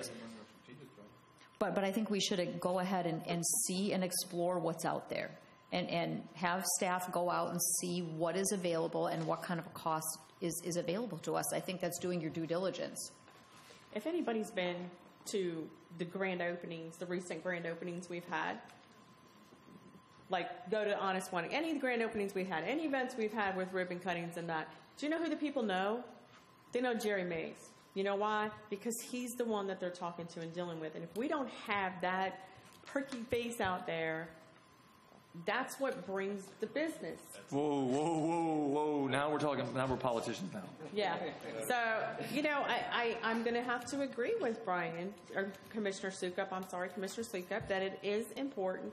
Yes, having the firm to help you out, we can look at that and have them give us, some prices on what that's going to be, but you still need that internal person relationship to have that relationship. And, I've stood back and I've watched, Jerry Mays out there, and they love him. I'm going to be sad to see him go. And the longer we can mentor somebody, a 6-month trial period is his way to say, or even the 12, whatever it's going to be, it's almost going to be a year, I guess. It's perfect for us to see, is that person going to work? Because let me tell you, hiring somebody, putting them in a position, and they don't work out, you've lost it a lot of time and resources. That is one of the biggest expenses of business, is hiring somebody who doesn't work out. So we're given an opportunity here to do a slide over, let's just say, of an employee, and, we probably should take advantage of it. That's $5, by the way. Buy him a beer. That's just my thought. You want to get a... So can we say move on from this one? Carry on. Can we just go down the line? I believe I like it as it is, as they presented it. As is. As is. Is it okay if I move along now? Whatever you need, sir. Yeah. Thank you. Hey, Dale, thank you for all the input. Thank you. Dale, being able to stand there. The good thing is this Jerry's in the city manager's budget, so it should make her budget really easy. Yeah, well, we've already covered it. I'm waiting for that one. I'm thinking right now we can, you run a lot of departments as it is. You did such a great job with Mr. Bowley's. Yeah. I think we can just let you run Mr. Bowley's and, move him into that planning slot. Well, yeah. All right. Just put him on terminal leave. Okay, unless you're staying up there, I do want to say something, though. He's staying. About this before we do move along, because I don't have a button, as I've told you many times. That personal connection Jerry has, and his head's already kind of, I can see him right straight through Dale, but that personal connection, I think Jerry will agree with me here, we don't have a chamber of commerce. A lot of cities, your chamber is your key, and our chamber, for whatever reasons, has, we don't have a close connection. He keeps that connection going. And you can hire all the firms you want, but you're not going to have anybody, unless you have somebody in-house, that we can send them to as a key person. And original intent, Jerry, back when you first came on, remember, was a liaison with planning and development. So when people came in, Jerry could be the shake hand guy. Yeah, we're going to get you done. Go downstairs, work it out. We ran into some roadblocks there. We learned some things. I totally support the idea of Scott because of his willingness to move forward and take on additional duties. And rest assured, I trust the manager, I trust Bowley. If there's a major project going on and they need his planning expertise, they can sit this handshaking by and Jerry can pick up the slack. And I don't see the concern. And I don't personally think that we should change Team Volusia. We may not have a winner yet, but Team Volusia works in such a way is if you have a winner, it's a big one. So we may have to wait a few years, but our name's still out there. It's still involved in our county. And so bringing in another firm that has no connections locally here, I don't think is going to help us a bit, but that's my thing. But the general feeling is to move on with this department. So we're going to go to tab 12, 13 now, and we're going to go with Dale for building and code enforcement. And there was no decision made that I understand with Team Volusia, so we haven't got to that yet. All right, Mr. Baker, Commissioners, you got any questions for Mr. Baker? Commissioner Sukup. Okay, first question is, and I apologize because I do not know it offhand, is the fire inspector on this in this part? No, sir. Okay. They're in the fire department. Where would that be? Oh, so They're under the fire department. Yes, sir. I missed that one. Okay. Shoot, because that's another one that I'd like to revisit. The question is, when it comes to the TNR program, now I've seen a bunch of articles of cities withdrawing that program because it's costing them money. Why is it in Deltona, is it working on our side and not, Because of the volunteers, and we're spending money, but we're saving money overall, if that makes sense. We're just not spending as much as we were spending. Correct. That's what we're saying. Correct. And I guess the short answer is, so if the volunteers went away, we'd be in trouble. yes, but the short answer is we pay $85 to kill the cat, we pay $35 to spay and neuter it. So there's where we save our money. If that helps. Okay. That's pretty blunt, but that's the bottom line. That's how we're saving the money. Okay.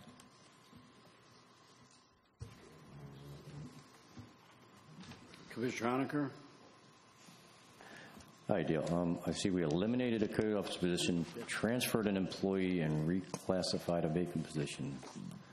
So saving us $63,000. Yes, we did away with the solid waste enforcement officer and put that task on the code officers. You're keeping a good pulse on the department, but you're still wearing two hats, code enforcement director and deputy city manager? Yes, sir. Kudos. You're doing a good job keeping an eye on the department, plus you're reducing where you can. So thank you. That was my only question, if you were wearing two hats and if you actually reduced the budget a little. So thanks. Commissioner Hertzberg. Thank you, Mayor. I just want to say thank you very much, Dale, for your and your supervisor's leadership and your team in the Animal Control Department. I did ask for some numbers from Halifax Humane Society, Commissioner Sukup, but I can give you some of those. I got them the other day in terms of the impoundments. In 2013, we impounded 1,411 cats. 2014, 1,136. That was the beginning of the program. 2015, we went down to 785. In 2016, we went down to 224.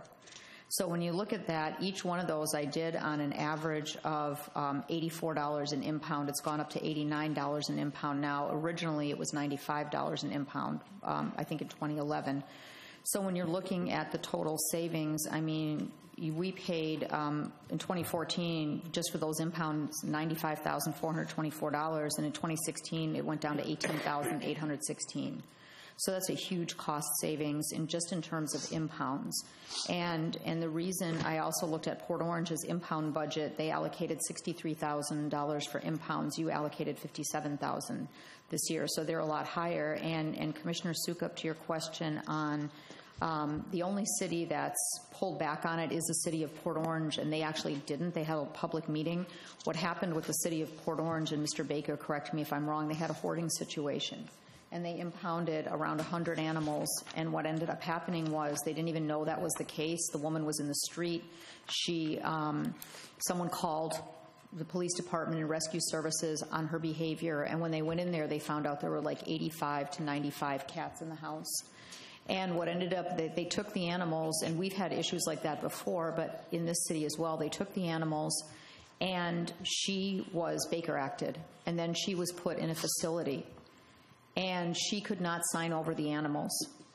And what ended up happening was they sat at the Humane Society, and the bill at the Humane Society was, correct me if I'm wrong, $40,000 for that period of impoundment due to privacy things. They could not track where she was, and she couldn't sign him over. So that's the reason that Port Orange had such a huge outlay in that. So they are going back to it with all, in every city except the county. The county's experienced a big decrease. They don't have volunteers. They use animal control. Can I ask you a quick, can I respond to that real quick? Another question, and this is just trying to learn. If we did not have animal control, would it not be the county's responsibility for this? You have to contract out to somebody and you have to pay, and it's not that whoever picks So them the up. county's not responsible for Deltona? No, and it doesn't even if the county was and we contracted with them, you still have to pay the set impound fee for a dog and a cat that each Humane Society charges, which is $89. That would be billed back. It doesn't matter. If you decide, Brian, that you find a mother cat and 4 kittens and you're going to take them, you're going to drive them to the Humane Society, they're going to ask you for an ID, and you're going to say, I'm from Deltona, and the city of Deltona is going to get billed $89 an animal. So 89 times 5 is what the city gets billed. It doesn't matter who takes it. What matters is the jurisdiction, and then you get billed. So the dollar amount is there. Okay, just matter what. I was always wondering that. Speaking to your mic, sir, so I can hear you. It's volunteers. Nobody gets paid. No, but you said please that thank the volunteers. you said that it's money that if you paid the county, you still have to pay. The impound fee to the Humane Societies, because Halifax is an open admission, and they charge per animal, no matter if it's a dog, a cat, a puppy, a kitten, it's $89 an impound.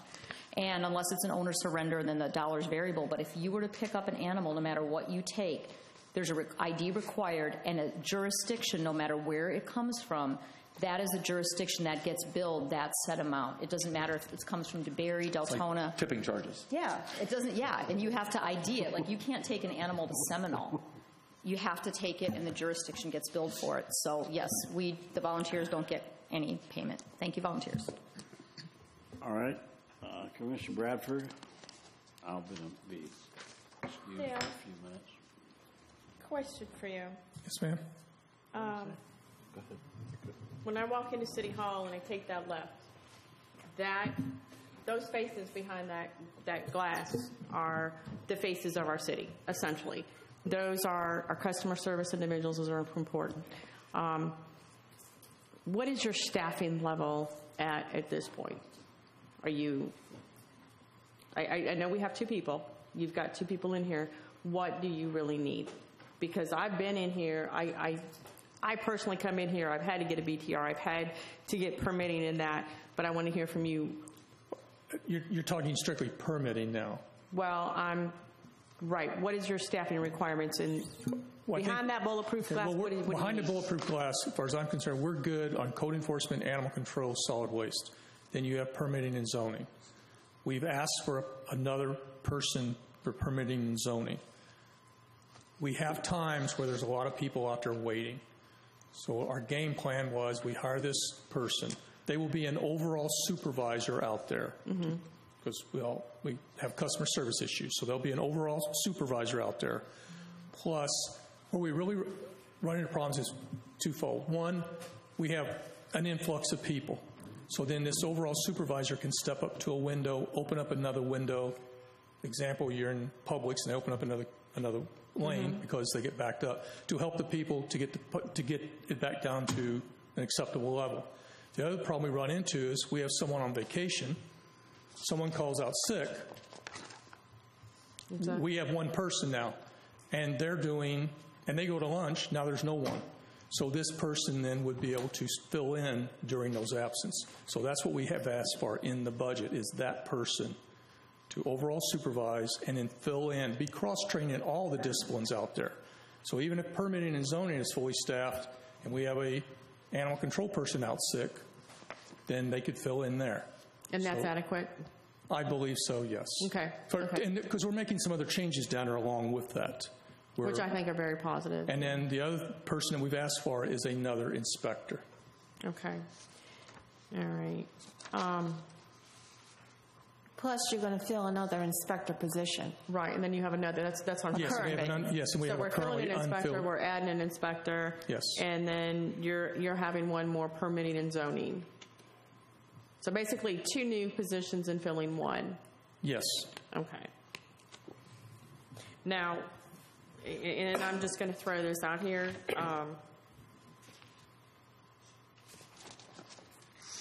When I go to the calls that we've had for our enforcement service divisions, one thing that I've noticed is we had 42 calls for home business violations from October to March. What are those home violation calls? I'm sorry, for what? It says home business. Probably either no BTR would be generally speaking. I mean, I have to look at the individual cases, but normally if we get one for home business, they're operating a home business without a business tax receipt. And then what are we doing at that point? Because obviously, with the technology day and age, a lot of people are working from home. So are we saying, hey, you got to stop working, or are we giving them, here's a notice, come in here and get a BTR, this is what you need? We start out with a verbal warning, if we can speak to them, not a door hanger, and then we explain to them that they have to come in and get a BTR in order to operate. Some of the businesses aren't able to operate because, remember, our home occupation is for an office. No stock and trade, no employees. So some of our complaints is they may have a BTR, but they're having employees come to their house, or they're operating, or they got stock and trade, and that is a violation. And we tell them they cannot do that because it's only for an office under our current code of ordinances. Okay, because I'm assuming for a home office as well, does that mean you also have to have the fire inspector and then go out there as well? So that's very time consuming, I'm sure. Okay.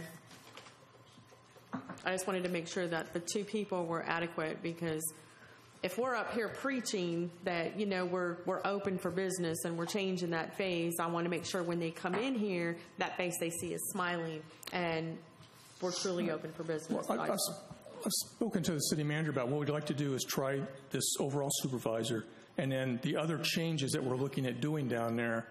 And then if that's not adequate, then we will come back to you. And you'll be down there hopefully more as well. Correct. And, when we have a lack of manager presence, and you've got too many hats going on, So I'm glad to hear you're going to be down there full time.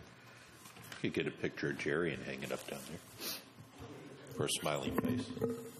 Are you done? For right now, yeah. Commissioner Sukup? That's from... oh, you're done? Okay. Yeah. Oh, well, I'm good with the budget as it is. Okay. Commissioner Alcantara? It's not Alcantara, it's Alcantara with A. Why do we have two commissioners with the hardest names to pronounce? Let's see. Bradford and Sukup?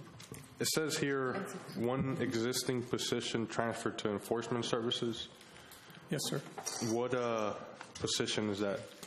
We had a solid waste enforcement officer under the solid waste budget, and we transferred that person over to. We had a code enforcement officer leave, so we had an open position. Instead of hiring someone, we transferred the solid waste person over to fill that position, and then eliminated the solid waste position. Yeah, but if someone left and there's an opening, how does that change the budget for that position? Because it changed the overall departmental budget because we have solid waste underneath there, and that position has now been eliminated. Like right here where it says personnel service costs, $282,800 change. Right here on the page, what page is this? It's on the recap. It's on the recap, budget recap. Yeah, on the budget recap. That's probably adding the new employees. Yeah, which is 2 new positions, 104 at the bottom, versus this fiscal year and the next fiscal year. It says the increase is due primarily to 2 new positions, 144,000, and 1 existing position transferred to enforcement services.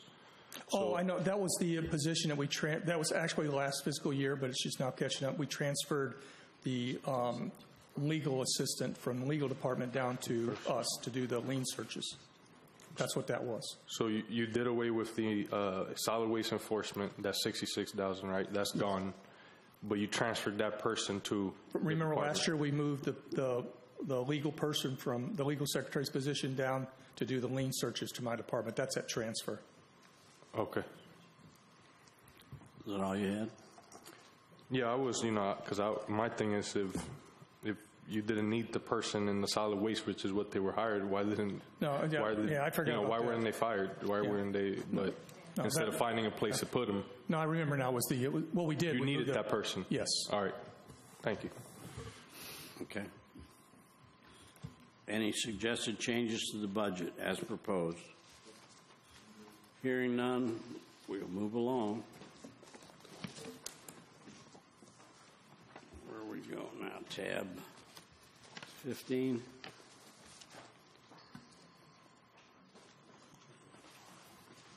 Tab 15, right? General services. Oh, Mark, I'm sorry. Go ahead. Any question?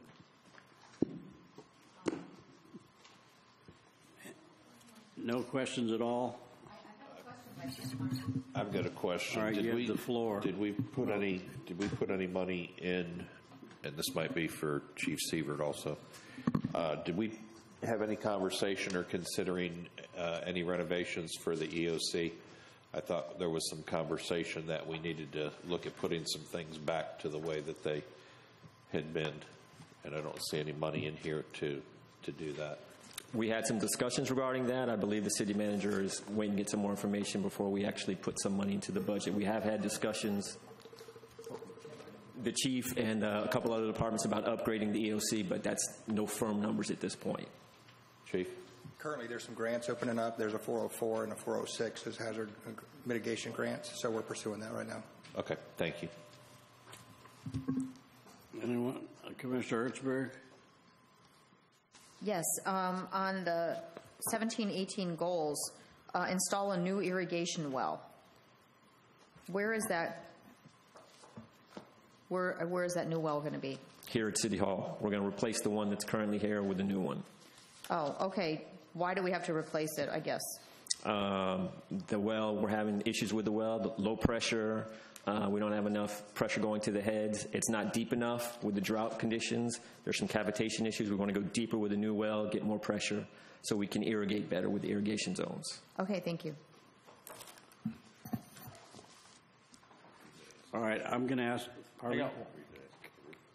Commissioner, what? Yeah, I am, but I don't. When I get my chance, Commissioner Alcantara.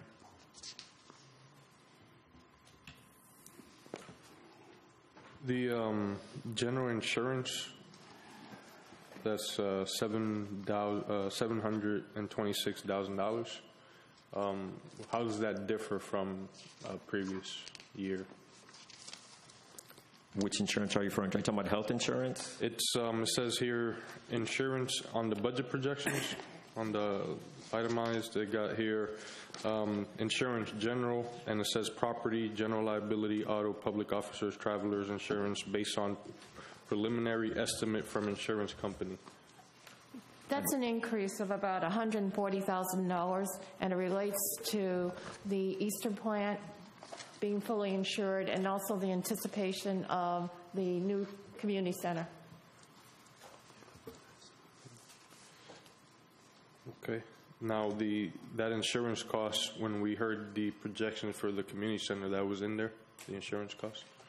When we heard the projections at that last meeting? It was part of the budget. Okay. Let's see. And then the transfers to other funds on the budget recap, it has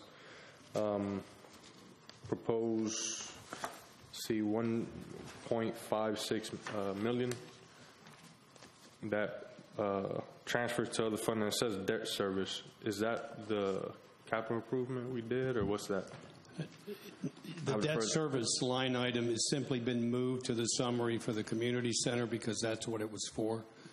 Okay, so that 1.5 is for the community center? It's just been moved to aid comparison. You'll see it when we get to that page. Now the transfer, were you asking about the $1,560,000? Yeah. The $1.5 million of that was parks.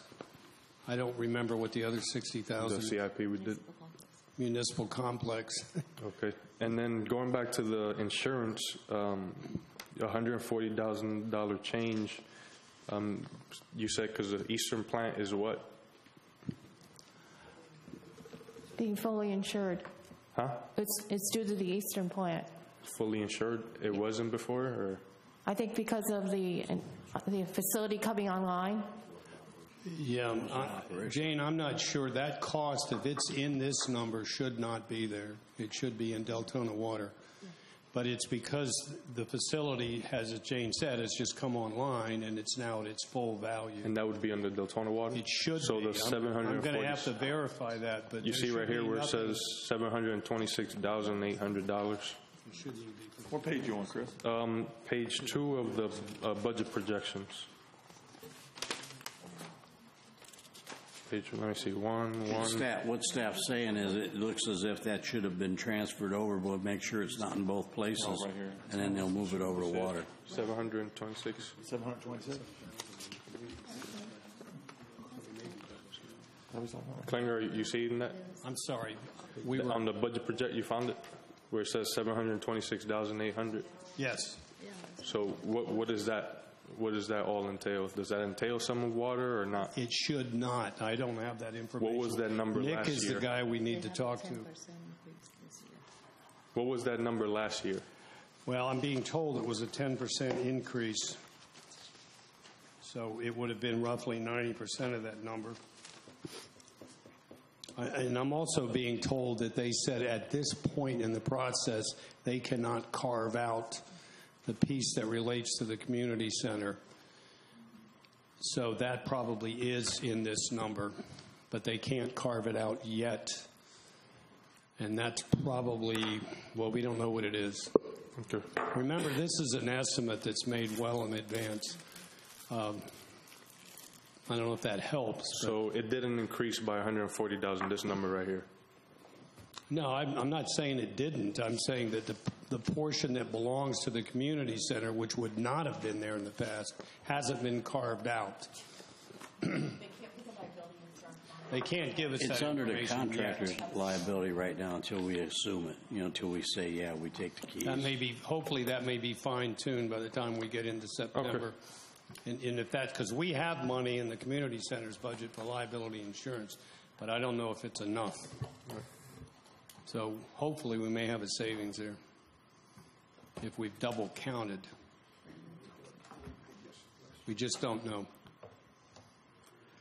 All right, do you want to hold while you're, all right, Commissioner Sukup? Who's going to be responsible for mowing the event center? I believe they're going to bid that out to a landscaping company. That's We're going to bid that out, so it won't be us. Mm-hmm. Yes. Okay, the only other question I got, I guess, is more a city manager question. $9 million facility. We need the entranceway is looking good. Now, we've spoke since I've been here about taking those islands on Howland Boulevard, since they're just weeds, and pouring concrete in them, stamping them, doing something, addressing them.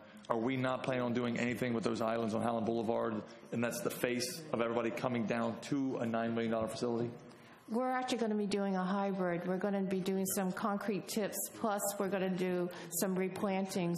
And that was part of the budget that the commission previously approved when we had money for Holland Boulevard 472 area. We already let out the contract already. So yes, they will be improved. Well, but see, that's my concern is, remember the reason we were being billed, and we weren't even using the water up there by the county. We were just being billed for the right to water until we actually shut the water off. So now our trucks actually have to water that themselves.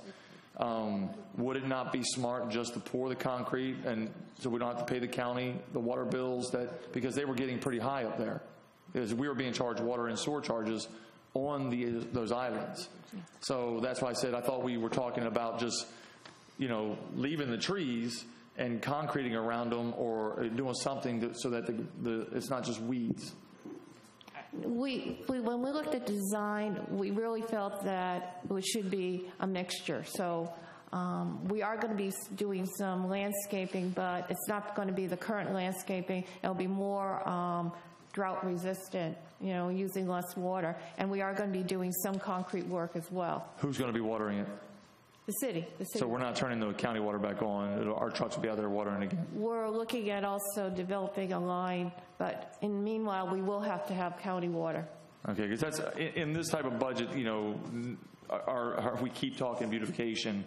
this entranceway to this $9 million facility has got to be a wow. And those islands, even from I-4 all the way down, I believe that should be a primary focus. Also considering that's our economic development easiest area for growth as well. So I would like to see more of attention on those islands. I mean, Providence could be addressed as well too, but those ones on Howland Boulevard, just, we all keep saying it, it's the 1792 in the next couple of years. So it would be just nice to see them. This area will be greatly improved. We also received an FDOT grant for the Bold Initiative. That's $150,000. But that's up on the I-4. I-4, but that's our gateway as well. And then we're going to take it from that gateway all the way down to Howland Boulevard. Will we be, okay, we know the county right now is mowing probably once every 2 months. Are we going to be offsetting them and mowing this when it needs to be and saying, because we would need to build that in this, am I correct? Or at least, or would that go through Public Works? We'll have Public Works. Public Works will do it? Yeah. And we have in the budget to add additional staff for mowing. Okay. Well, is it Can I add something? But is it about what we're going to the county to discuss with them on their properly maintaining our roads? Yeah, but I think what we keep saying is good luck there, but we're going to have to step up to the plate. Yeah, it is bad. Can I add something, Commissioner? Matt just told me that there is in their budget for the county to redo the irrigation up there. Back there, so it is in the Deltona water There was budget. no budget for irrigation? No, he's got it in their budget to redo the irrigation in their budget. Oh, so Deltona Water would be watering those islands and not... No, it's the county service area, so we can't take over their service. What the city manager was talking about was trying to get them to get reclaimed in those islands, so it's less costly. But I've tried to negotiate with the county, and they've indicated they're willing to let us do water only, not pay the sewer charge. Sure. So we did budget in Public Works funds money to pay the water only charges for those islands. Okay, because I know if you guys didn't know, I looked at those, when I first got elected, that was a wow to me, because what we were being charged for water on those islands, it was like $1,000 a month. It was something crazy. And even then, when they shut the water off, quit watering, it was still $300 to $500 a month just for the right to water. So it's and the Parks Department pays for the entryway sign water as well. What's that? The entryway signs? Yes. We pay for that in the Parks Department. For those. Is that in this thing? Are those signs in this? No, that's in our Parks budget. Back in the park? Yes. Because why do those things go out all the time? But I know there's another day, but that's out again. Well, we're looking at the electronic sign and trying to get that fixed. I know it's been a while, but... And then I'm just going to ask another question. I'm sorry, ADD. The sign on Howland Boulevard, where it says City of Deltona, if you come in on Howland, City of Deltona is lit up green at night.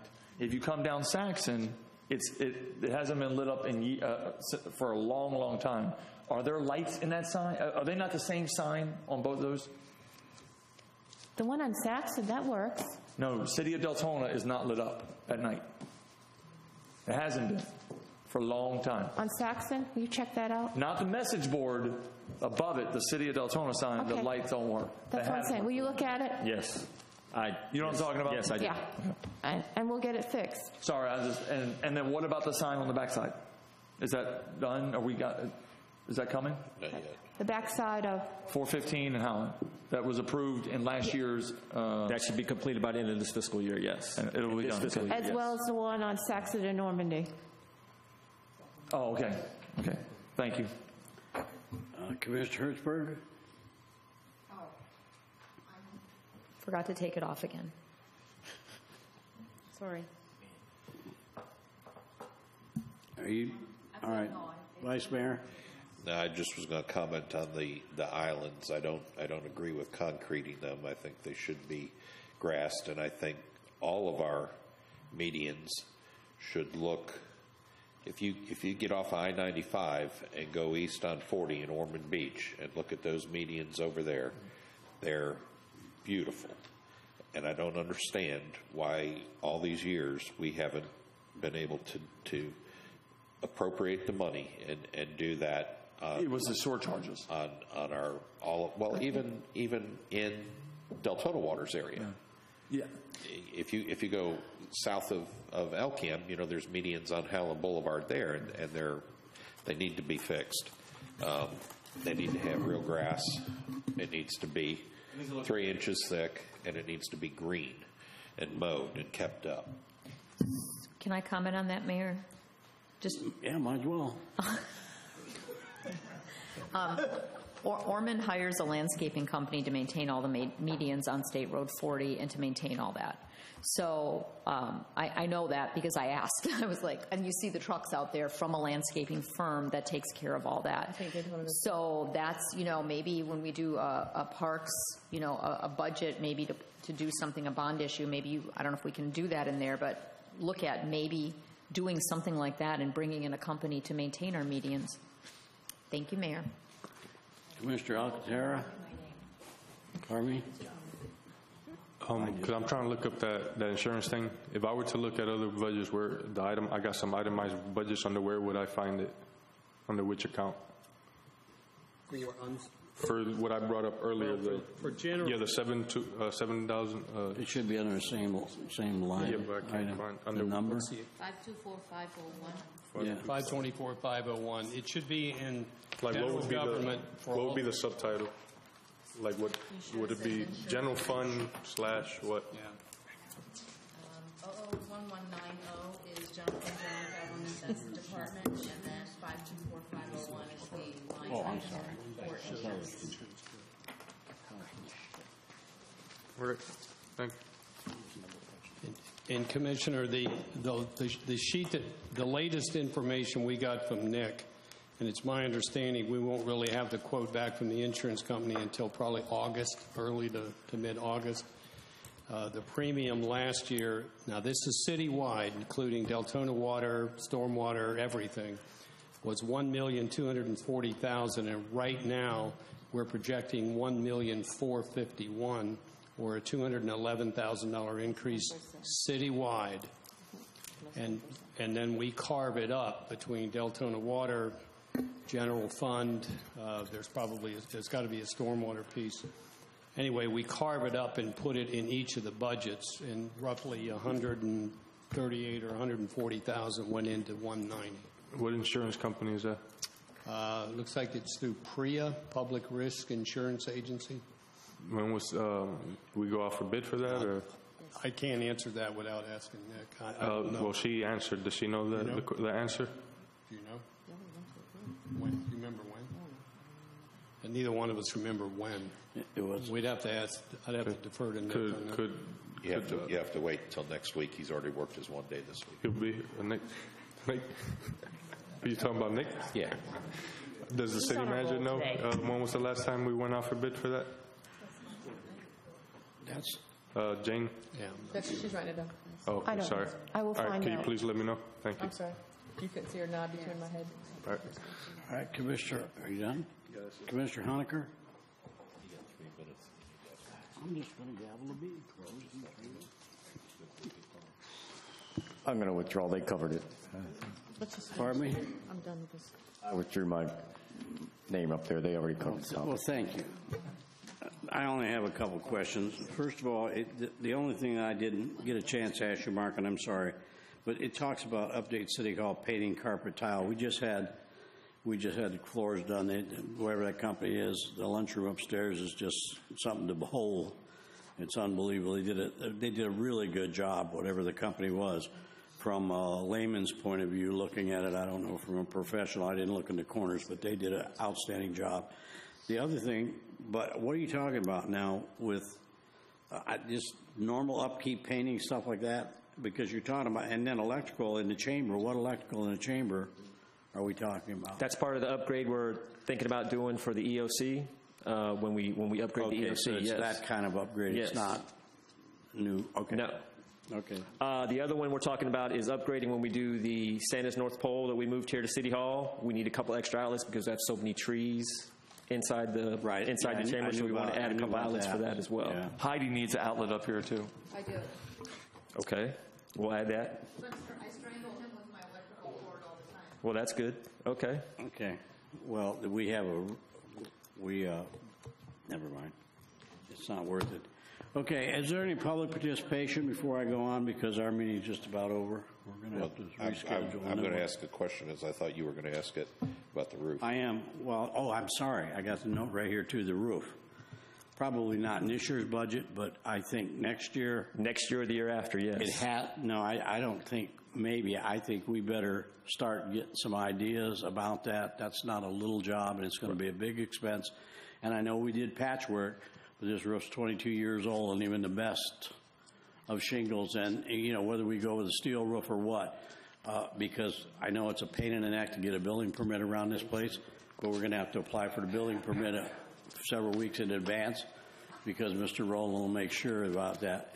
But in seriousness, we need to look this roof, because we don't want a bad hurricane might really destroy it to where it's an emergency, and I'd rather do it, plan it ahead of time, so we don't get caught up with having to have it done when everybody's so busy with all the other roofs in town. We had discussed that, the city manager and I, about doing that in next year's budget or possibly the following year, but we will certainly reassess it for next year. No, Mayor. It is in the 17-18 budget, $250,000 for a new roof.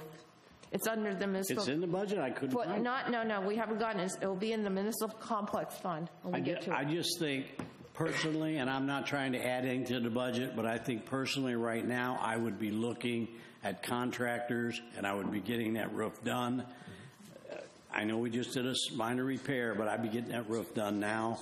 If we were to have a hurricane and it devastates a city, this is not something that a local roofing company, I think, would do. You'd want somebody who knows what they're doing, because that's a big roof and it's a lot of work. And I just think that Mayor, even if we had to dip into the thing. It is in the budget, though, that will be proposed. Okay. All right. Okay, that's my only question on that. Is there anyone in public? The one public that wants to speak? No? Well, two publics, one newspaper/public and one public. Nothing else? All right, our meeting time is over at 7:30. What would you like to schedule a continuation? No. City manager got any comments? No, sir, not right now. Can we go tomorrow? Adjourn. Can we go tomorrow for a meeting? Never mind. Yeah, we got to advertise anyway. Never mind.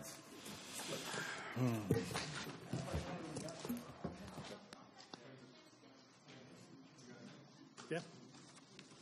I didn't have that in my. I didn't have that. Oh, because that's not. That's in a different. Okay.